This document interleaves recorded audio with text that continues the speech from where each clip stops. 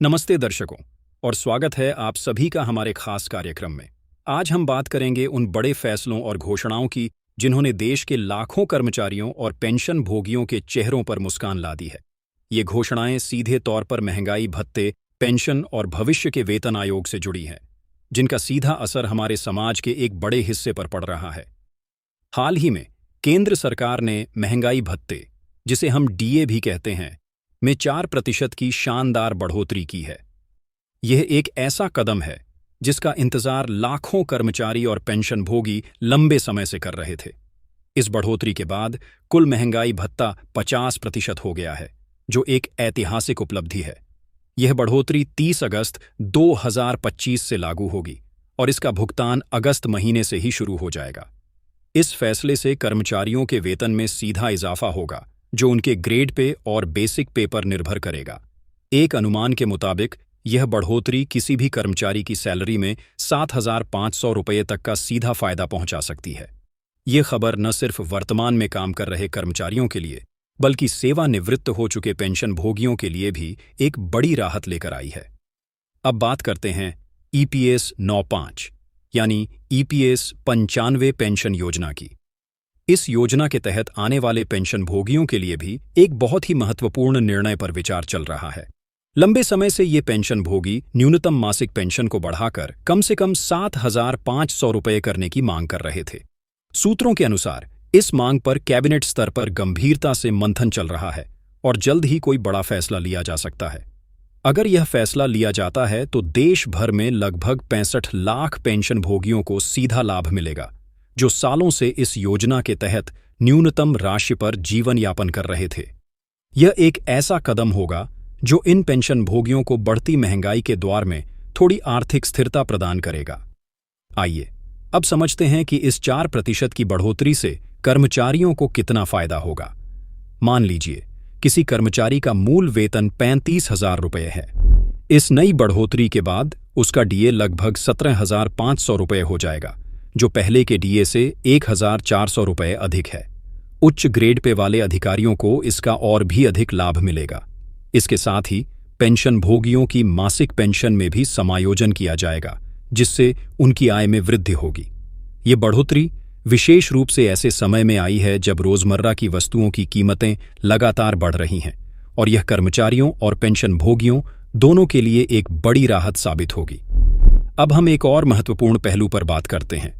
जब महंगाई भत्ता 50% के स्तर को पार कर जाता है तो यह सरकार के लिए एक संकेत होता है कि अब मूल वेतन संरचना यानी बेसिक पे स्ट्रक्चर पर फिर से विचार करने का समय आ गया है। आमतौर पर ऐसे समय में महंगाई भत्ते को मूल वेतन में विलय करने और भत्तों की पुनर्संरचना की प्रक्रिया शुरू की जाती है। इस कदम से भविष्य में 8वें वेतन आयोग के लागू होने की संभावना भी प्रबल हो जाती है। महंगाई भत्ते में यह बढ़ोतरी केवल वेतन संरचना को ही प्रभावित नहीं करती, बल्कि भविष्य निधि, जिसे हम पीएफ कहते हैं, ग्रेच्युटी और मकान किराया भत्ता, जिसे एचआरए कहते हैं, जैसे अन्य भत्तों पर भी इसका सीधा असर पड़ता है। कर्मचारी अब आने वाले महीनों में और सुधारों की उम्मीद कर रहे हैं। बात करते हैं ईपीएस 95 पेंशन योजना से जुड़े कानूनी पहलू की। इस योजना को लेकर सर्वोच्च न्यायालय में कई महत्वपूर्ण याचिकाएं अभी भी लंबित हैं, जिन पर सुनवाई जारी है। पिछली सुनवाई में माननीय न्यायालय ने केंद्र सरकार और ईपीएफओ को पेंशन भोगियों की शिकायतों का जल्द से जल्द समाधान करने के स्पष्ट निर्देश दिए थे। न्यायालय ने यह भी माना था कि मौजूदा महंगाई दर को देखते हुए न्यूनतम पेंशन राशि अपर्याप्त है। यदि न्यायालय की ओर से कोई ठोस निर्णय आता है तो ईपीएस 95 पेंशन भोगियों को सीधे तौर पर लाभ होगा। ऐसे में सरकार भी न्यायालय के निर्देशों को ध्यान में रखते हुए सुधार की दिशा में कदम बढ़ा सकती है। अब बात करते हैं इस फैसले पर कर्मचारियों और पेंशन भोगियों की प्रतिक्रिया की। उन्होंने इस फैसले का गर्मजोशी से स्वागत किया है। उनका कहना है कि लगातार बढ़ती महंगाई के बीच यह बढ़ोतरी निश्चित रूप से उनके लिए सहायक साबित होगी। विशेष रूप से सेवानिवृत्त पेंशन भोगी, जो चिकित्सा खर्चों और घरेलू आवश्यकताओं के कारण पहले से ही आर्थिक दबाव महसूस कर रहे थे, अब थोड़ी राहत महसूस कर रहे हैं। कुछ कर्मचारी संगठनों का मानना है कि यह कदम सराहनीय है, लेकिन सरकार को अब 8वें वेतन आयोग की भी घोषणा करनी चाहिए ताकि कर्मचारियों को भविष्य में एक स्थायी राहत मिल सके। उनका मानना है कि यह न केवल उनके मनोबल को बढ़ाएगा बल्कि उनकी उत्पादकता पर भी सकारात्मक असर डालेगा। अंत में हम भविष्य की उम्मीदों पर बात करते हैं। जैसे जैसे आर्थिक स्थिति स्थिर हो रही है, सरकार धीरे धीरे पेंशन और भत्तों में सुधार की दिशा में काम कर रही है। ईपीएस 95 योजना के तहत न्यूनतम पेंशन को बढ़ाकर 7,500 रुपये करने की तैयारी, महंगाई भत्ते में लगातार बढ़ोतरी और वेतन ढांचे की समीक्षा, यह सभी इस ओर इशारा करते हैं कि अब कर्मचारी हित सरकार की प्राथमिकताओं में शामिल हैं। भविष्य में यदि 8वें वेतन आयोग की घोषणा होती है तो कर्मचारियों के वेतन में और भी सुधार देखने को मिलेगा। इसके साथ ही इसका प्रभाव निजी क्षेत्र के वेतन ढांचे पर भी पड़ सकता है। फिलहाल यह फैसला कर्मचारियों और पेंशन भोगियों के लिए एक बड़ी जीत मानी जा रही है, जो उन्हें आर्थिक रूप से सशक्त बनाएगी और उनके जीवन में एक नया आत्मविश्वास लाएगी। इसी के साथ हम आज के इस विशेष कार्यक्रम को समाप्त करते हैं।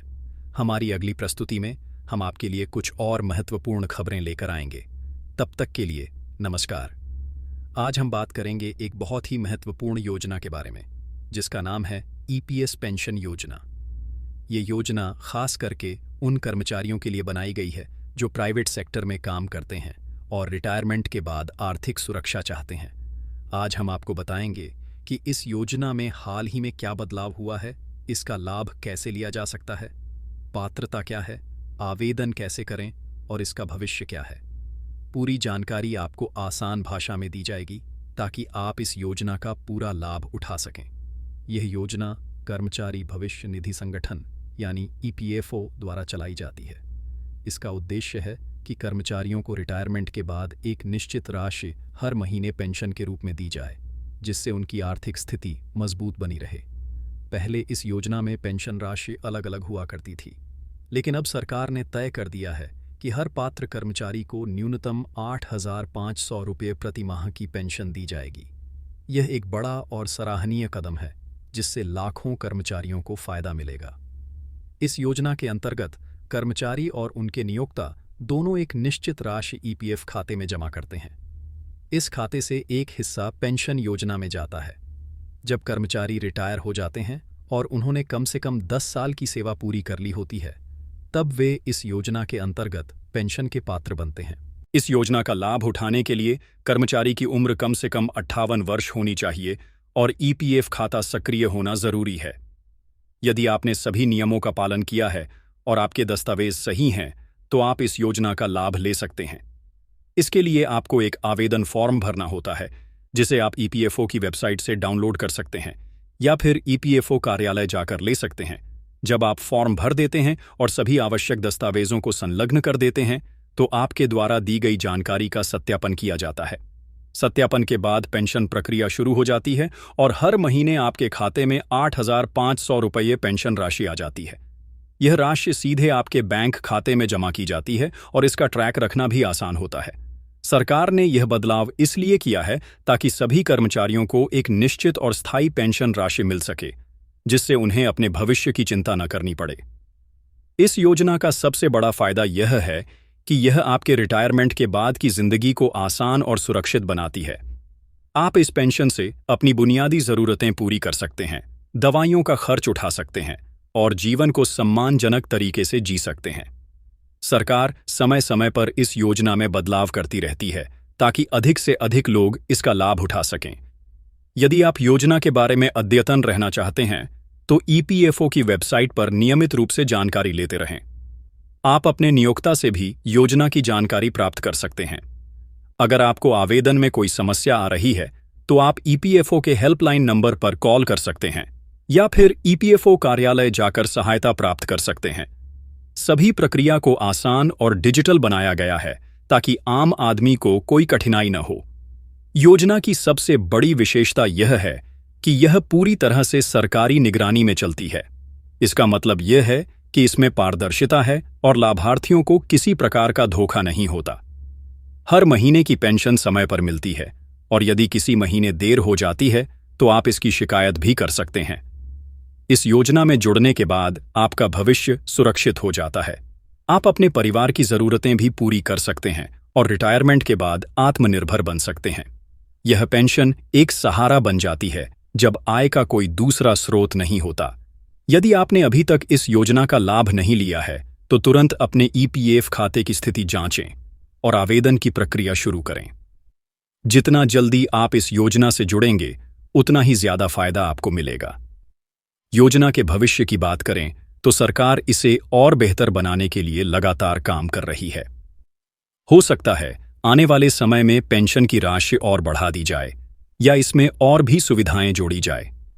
अभी के लिए 8,500 रुपये प्रति माह की पेंशन एक अच्छी शुरुआत है और यह उन लोगों के लिए राहत की सांस है जो अपने रिटायरमेंट के बाद के जीवन को लेकर चिंतित रहते हैं।